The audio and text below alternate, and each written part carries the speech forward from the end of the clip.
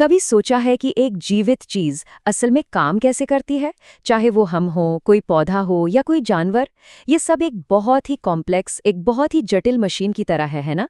तो आज हम इसी मशीन के मतलब जीवन के कोर ऑपरेटिंग सिस्टम को समझने वाले हैं। चलिए शुरू करते हैं। तो चलिए सीधे एक सवाल से शुरू करते हैं। एक पत्थर और एक विशाल रेडवुड पेड़ में बुनियादी फर्क क्या है? है तो दोनों ही प्रकृति का हिस्सा, लेकिन एक में जीवन है और दूसरा बेजान है। तो आखिर वो कौन सी चिंगारी है, वो कौन सा सिस्टम है जो एक चीज को जीवित बनाता है? इसका जवाब कुछ बहुत ही बुनियादी प्रक्रियाओं में छिपा है। और इसका जवाब है ये 4 कोर प्रक्रियाएं: पोषण, श्वसन, परिवहन और उत्सर्जन। इन्हें आप जीवन के 4 स्तंभ भी कह सकते हैं। एक छोटे से बैक्टीरिया से लेकर एक विशाल ब्लू व्हेल तक हर जीवित चीज इन्हीं 4 स्तंभों पर टिकी है। तो आइए एक-एक करके इन चारों को करीब से देखते हैं। सबसे पहले बात करते हैं पोषण की। सीधी सी बात है, अगर कोई भी जीवित चीज एक इंजन है, तो पोषण वो तरीका है जिससे उसे फ्यूल यानी ईंधन मिलता है। बिना फ्यूल के तो कोई मशीन नहीं चलती है ना। तो बढ़ने के लिए, काम करने के लिए, खुद को ठीक करने के लिए, हर चीज के लिए ऊर्जा चाहिए, और वो ऊर्जा मिलती है पोषण से। अब देखिए, ये फ्यूल पाने के भी 2 मेन तरीके हैं।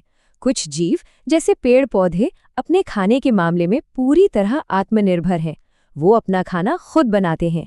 इन्हें हम कहते हैं स्वपोषी या ऑटोट्रॉफ। और फिर हमारी तरह के जीव हैं जो ऊर्जा के लिए दूसरों पर निर्भर करते हैं। मतलब हम अपना खाना खुद नहीं बना सकते, हमें खाना खाना पड़ता है। इन्हें कहते हैं विषमपोषी या हेटेरोट्रॉफ। तो सवाल ये है कि ये जो आत्मनिर्भर जीव हैं, ये पौधे ये अपना खाना आखिर बनाते कैसे हैं? इसका जवाब है फोटोसिंथेसिस यानी प्रकाश संश्लेषण। ये एक कमाल की प्रक्रिया है जिसमें पौधे सूरज की रोशनी, पानी और हवा से कार्बन डाइऑक्साइड को लेकर अपने लिए ग्लूकोज यानी शुगर बनाते हैं। यही उनका फ्यूल है, और सच कहूं तो इसी प्रक्रिया की वजह से धरती पर जीवन संभव है। इसे आसान भाषा में समझें तो ये पूरा काम 2 स्टेप्स में होता है। पहले स्टेप में सूरज की रोशनी का इस्तेमाल करके पानी के मॉलिक्यूल्स को तोड़ा जाता है और एनर्जी के छोटे छोटे पैकेट तैयार किए जाते हैं। समझिए जैसे सूरज की रोशनी को बैटरी में चार्ज कर लिया हो। और फिर दूसरे स्टेप में इसी चार्ज की हुई एनर्जी का इस्तेमाल करके कार्बन डाइऑक्साइड से ग्लूकोज यानी असली खाना बनाया जाता है। ठीक है, तो अब हमारी लिविंग मशीन के पास फ्यूल यानी ग्लूकोज तो आ गया, लेकिन सिर्फ गाड़ी में पेट्रोल डालने से गाड़ी चलती नहीं है ना। इंजन को उस पेट्रोल को जलाकर उसे पावर में बदलना पड़ता है। बस वही काम करता है श्वसन यानी रेस्पिरेशन। ये हमारी हर कोशिका के अंदर का पावर प्लांट है जो फ्यूल को असली इस्तेमाल करने लायक ऊर्जा में बदलता है। 1 मिनट, यहाँ एक बहुत बड़ा कंफ्यूजन है जिसे दूर करना जरूरी है। जब हम श्वसन या रेस्पिरेशन कहते हैं तो हमारा मतलब सिर्फ सांस लेने से नहीं होता। सांस लेना यानी ब्रीदिंग वो तो बस एक फिजिकल एक्शन है। ऑक्सीजन अंदर, कार्बन डाइऑक्साइड बाहर। असली खेल यानी असली रेस्पिरेशन तो कोशिकाओं के अंदर होता है, जहां ग्लूकोज को तोड़कर एनर्जी निकाली जाती है। अब ये एनर्जी बनाने के भी समझिए 2 रास्ते हैं। एक है ऑक्सीजन की मौजूदगी में, जिसे वायवीय श्वसन कहते हैं। ये बहुत एफिशिएंट तरीका है, इसमें ग्लूकोज से बहुत ज़्यादा एनर्जी निकलती है। और दूसरा रास्ता है बिना ऑक्सीजन के, जिसे अवायवीय श्वसन कहते हैं। ये एक तरह का बैकअप प्लान है जब ऑक्सीजन की कमी हो जाती है। इसमें एनर्जी तो कम निकलती है, लेकिन कम चल जाता है। इसका सबसे अच्छा उदाहरण हम सब ने महसूस किया है। जब हम बहुत तेज दौड़ते हैं या कोई भारी एक्सरसाइज करते हैं तो हमारी मांसपेशियों में एक जलन सी होती है ना? वो जलन लैक्टिक एसिड की वजह से होती है, जो तब बनता है जब हमारी मसल्स को पूरी ऑक्सीजन नहीं मिल पाती और वो अवायवीय श्वसन करने लगती हैं। ये इसका जीता जागता सबूत है। तो ये जो एनर्जी बनती है, ये आखिर किस शक्ल में होती है? ये होती है एटीपी नाम के एक मॉलिक्यूल की शक्ल में। एटीपी को आप सेल की एनर्जी करेंसी मान सकते हैं। जैसे हमें कुछ भी खरीदने के लिए पैसे चाहिए, वैसे ही हमारी कोशिकाओं को कोई भी काम करने के लिए एटीपी चाहिए। सोचना, चलना, बोलना, हर काम के लिए एटीपी खर्च होता है। चलिए आगे बढ़ते हैं। फ्यूल आ गया, उससे एनर्जी भी बन गई। अब क्या? अब उस एनर्जी को और बाकी जरूरी सामान को शरीर की हर कोशिका तक पहुंचाना भी तो है।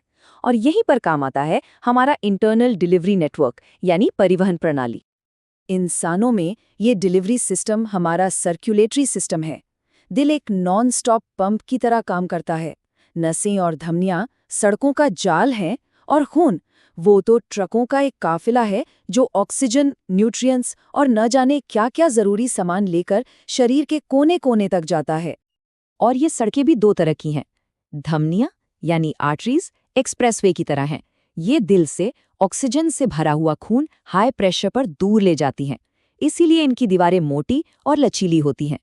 और नसें यानी वेन्स लोकल सड़कों की तरह हैं जो इस्तेमाल हो चुके खून को कम प्रेशर पर आराम से दिल तक वापस लाती हैं।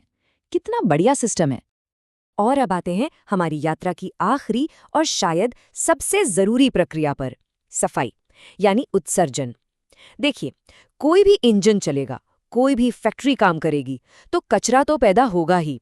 और अगर इस कचरे को, इन जहरीले बाई प्रोडक्ट्स को समय पर हटाया नहीं गया तो पूरी मशीन ठप पड़ जाएगी। जीवन के लिए ये वेस्ट मैनेजमेंट सिस्टम बहुत ज्यादा जरूरी है। इंसानों में सफाई का ये सारा जिम्मा हमारी किडनियों पर होता है और हर किडनी के अंदर करीब 10 लाख छोटी-छोटी फिल्टरिंग यूनिट्स होती हैं जिन्हें नेफ्रॉन कहते हैं। यही नेफ्रॉन वो असली हीरो हैं जो हमारे खून को 24 घंटे फिल्टर करके साफ करते रहते हैं। और ये फिल्ट्रेशन का काम भी बड़े स्मार्ट तरीके से 3 स्टेप्स में होता है। पहले स्टेप में खून से सब कुछ छान लिया जाता है, अच्छा और बुरा दोनों। फिर दूसरे स्टेप में शरीर वापस चेक करता है और सारी जरूरी चीजों को जैसे पानी और ग्लूकोज दोबारा सोख लेता है। और आखिर में जो सिर्फ कचरा बचता है उसे यूरिन के रूप में शरीर से बाहर निकाल दिया जाता है। सिंपल लेकिन बहुत ही ज्यादा प्रभावी। तो कुल मिलाके कहानी का सार क्या है?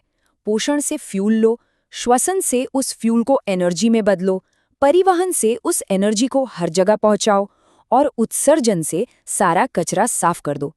बस इन्हीं 4 प्रक्रियाओं पर वो अद्भुत और जटिल मशीन चलती है जिसे हम जीवन कहते हैं। और आखिर में एक सवाल, ये चारों सिस्टम एक दूसरे से इतनी गहराई से जुड़े हैं कि ये एक परफेक्ट बैलेंस में काम करते हैं। तो सोचिए, क्या होता है जब इस बैलेंस में से एक भी सिस्टम फेल हो जाता है? जब परिवहन सिस्टम फेल होता है तो हार्ट अटैक होता है।